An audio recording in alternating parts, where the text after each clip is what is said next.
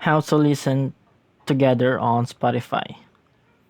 So if you want more videos and tutorials like this, click that subscribe button and that bell notification on so you'll be updated if there are new updates on this channel.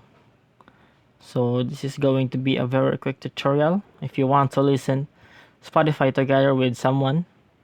So open up Spotify and you can see the songs here, and I'll be choosing this song which I have been listening to.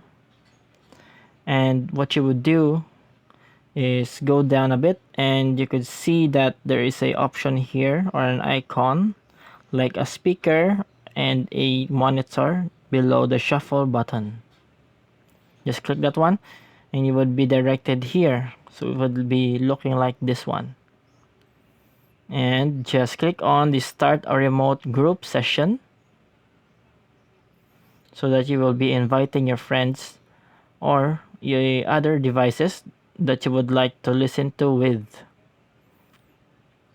So if you would be able to invite them, you can also click the link or share it from or to other social media platforms just like Facebook, Instagram, and Twitter.